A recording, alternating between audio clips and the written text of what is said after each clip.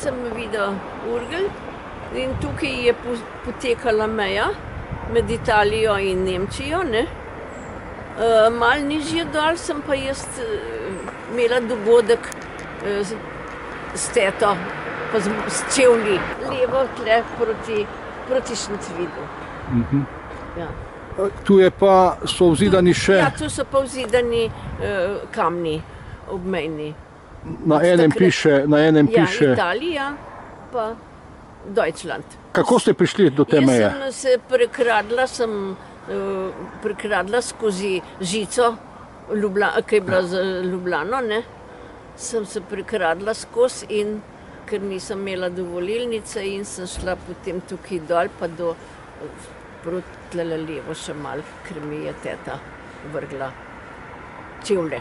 No, bomo šli zdaj do te lokacije, pa boste tam povedali to zgodbo, kaj se je to zgodilo. Ja, v redu. Ja, tukaj smo zdaj na meji, ki je bilo z Nemčijo, ko sem jaz prišla čez žico, sem se prešvercala čez žico, ljubljansko, tle je bila pa državna meja, pol je bila pa, zato se spomnim, kaj odzadej sem cerkev videla. To je cerkev v? Ja, v Šentvidu. In oni so prišli od cerkve dol, ne? Jaz pa tukaj čez. Kdo oni? Teta moja, ko smo bili domenjeni, da se tukaj dobimo. Smo se dopisvali.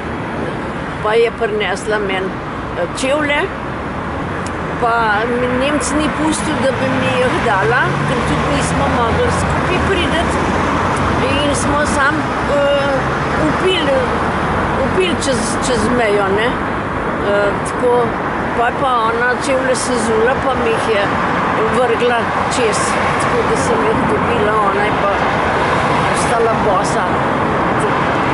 Tu imela druge rukzak. Kako ste pa vi iz Ljubljane prišli do te točke? Ja, jaz sem se prešvercala čez žico, ker nisem imela dovolilnice, nisem dobila dovolilnice, ker je bil oče v Dahu.